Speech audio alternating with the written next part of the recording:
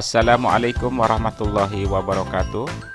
Alhamdulillah kita bertemu kembali dalam pelajaran ilmu pengetahuan sosial. Hari ini kita akan mempelajari tentang kondisi alam Indonesia bagian yang pertama. Hari ini submateri adalah tentang keadaan fisik wilayah, yaitu kondisi geologi Indonesia, bentuk muka bumi, serta kondisi iklim di Indonesia. Selamat mengikuti.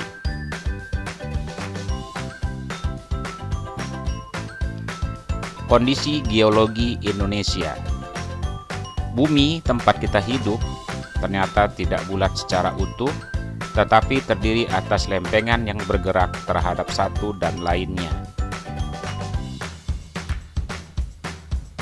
Indonesia terletak pada pertemuan tiga lempeng tektonik besar, yaitu lempeng Indo-Australia, kemudian lempeng Eurasia, dan lempeng Pasifik.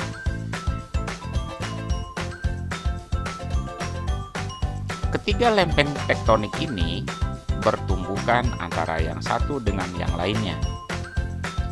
Lempeng Indo-Australia dan lempeng Eurasia bertumbukan di sepanjang pantai Sumatera, Jawa, dan Nusa Tenggara.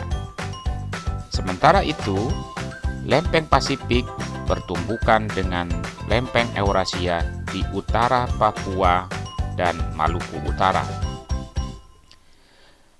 Tumbukan lempeng tersebut kemudian membentuk rangkaian pegunungan yang sebagian menjadi gunung api yang terdapat di sepanjang Pulau Sumatera, Jawa, dan Nusa Tenggara. Selain itu, tumbukan antar lempeng juga menghasilkan fenomena gempa bumi.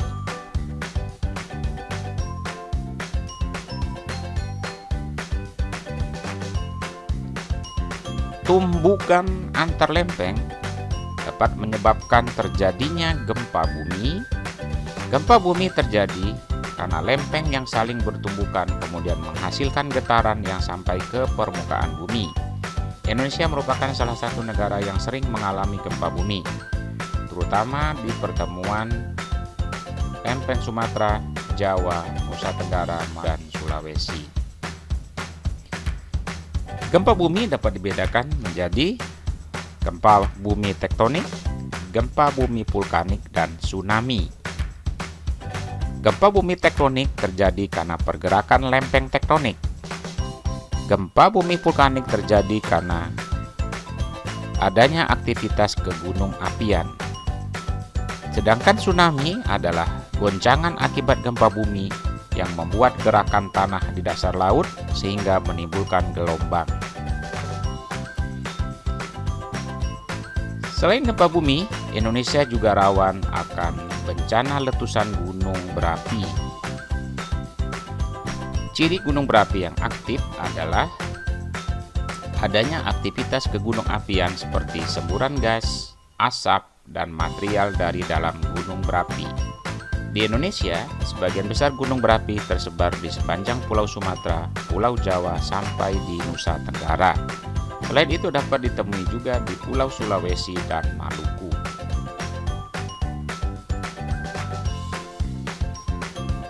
Perhatikan peta sebaran gunung berapi berikut ini. Indonesia berada di jalur pegunungan Sirkum Mediterania dan Sirkum Pasifik. Dari peta ini kita dapat melihat gunung berapi yang ada di Indonesia.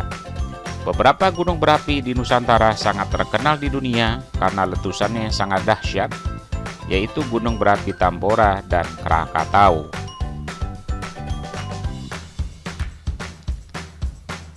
Berikut beberapa contoh gunung berapi di Indonesia.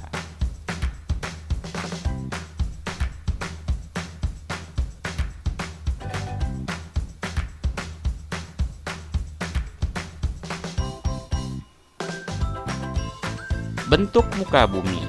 Indonesia terdiri atas belasan ribu pulau, baik yang berukuran besar maupun yang berukuran kecil, sehingga Indonesia memiliki keragaman bentuk muka bumi. Bentuk muka bumi daratan atau relief daratan terdiri dari gunung, lembah, dataran tinggi, sungai, perbukitan, danau, dan dataran rendah.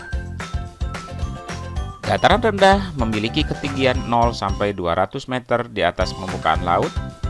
Perbukitan mempunyai ketinggian 200 sampai 300 meter di atas permukaan laut.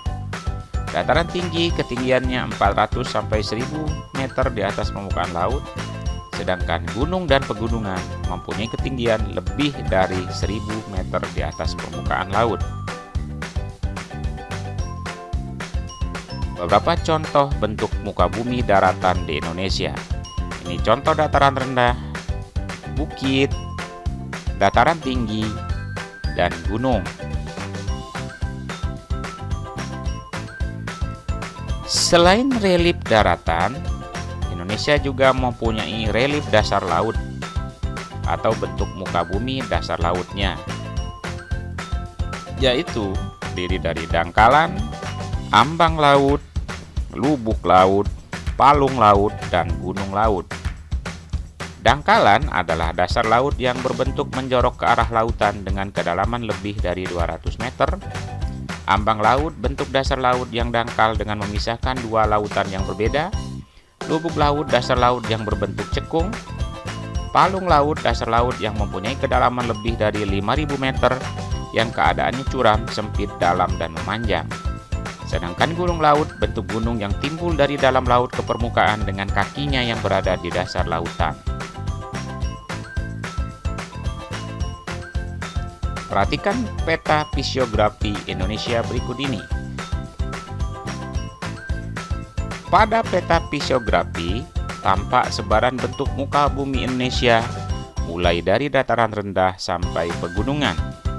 Untuk membaca peta tersebut, perhatikanlah legenda atau keterangan peta yang terdapat pada peta. Simbol yang berwarna kuning menunjukkan daerah dataran rendah. Simbol yang berwarna hijau menunjukkan daerah perbukitan. Simbol yang berwarna oranye menunjukkan dataran tinggi, dan simbol yang berwarna coklat menunjukkan daerah pegunungan.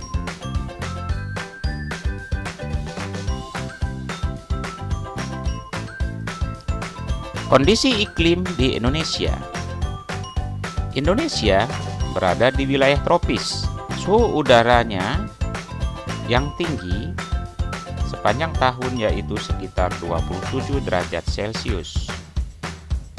Jenis iklim di Indonesia ada 3, yaitu iklim musim, iklim tropis, dan iklim laut.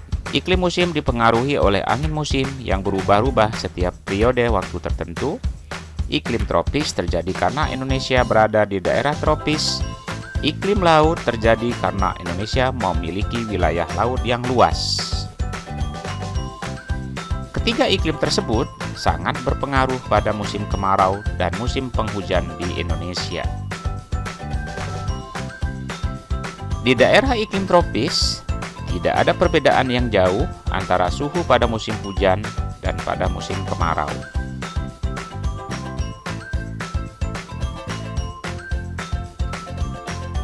Curah hujan di Indonesia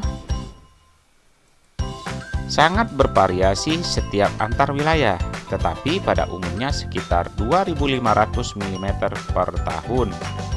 Curah hujan bervariasi, tetapi pada umumnya tergolong curah hujan yang besar. Kondisi curah hujan yang besar ditunjang dengan penyinaran matahari yang cukup, membuat Indonesia sangat cocok untuk kegiatan pertanian, sehingga mampu memenuhi kebutuhan penduduk akan pangan.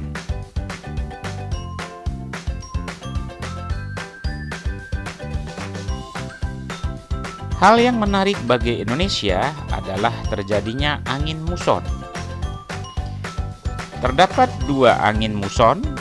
Yang pertama adalah angin muson barat, yaitu angin yang berhembus dari benua Asia menuju benua Australia melalui Samudra Hindia dan terjadi pada bulan Oktober sampai dengan bulan April di Indonesia. Pada saat itu mengalami musim penghujan.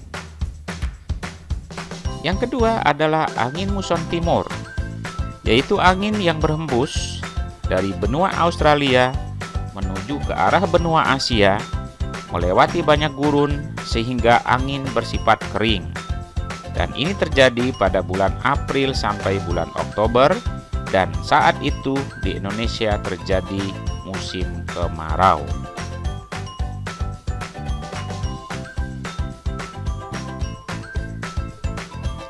Apakah angin muson itu? Perhatikan gambar berikut ini.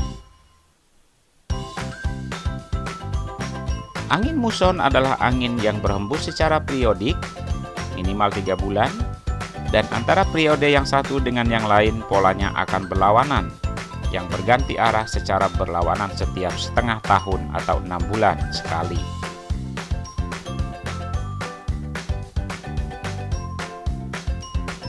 Pada saat musim hujan, petani Indonesia menyiapkan lahannya untuk bercocok tanam.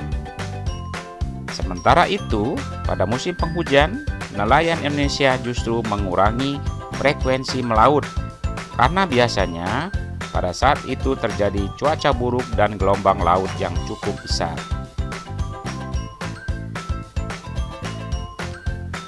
Sedangkan pada musim kemarau, sebagian petani terpaksa membiarkan lahannya tidak ditanami karena tidak adanya pasokan air.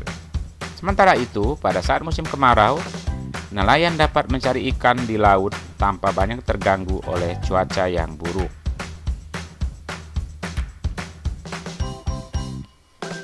Pola angin muson yang bergerak menuju wilayah Indonesia pada saat angin barat dimanfaatkan oleh nenek moyang untuk melakukan migrasi ke berbagai wilayah di Indonesia. Perahu yang digunakan untuk melakukan migrasi sangat sederhana dan masih mengandalkan kekuatan angin, sehingga arah gerakannya mengikuti arah gerakan angin muson. Keadaan iklim pada saat nenek moyang datang ke Indonesia tidak berbeda dengan keadaan iklim saat ini.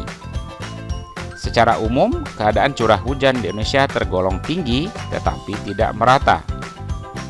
Cukup sekian materi hari ini, semoga bermanfaat. Saya akhiri, wassalamualaikum warahmatullahi wabarakatuh.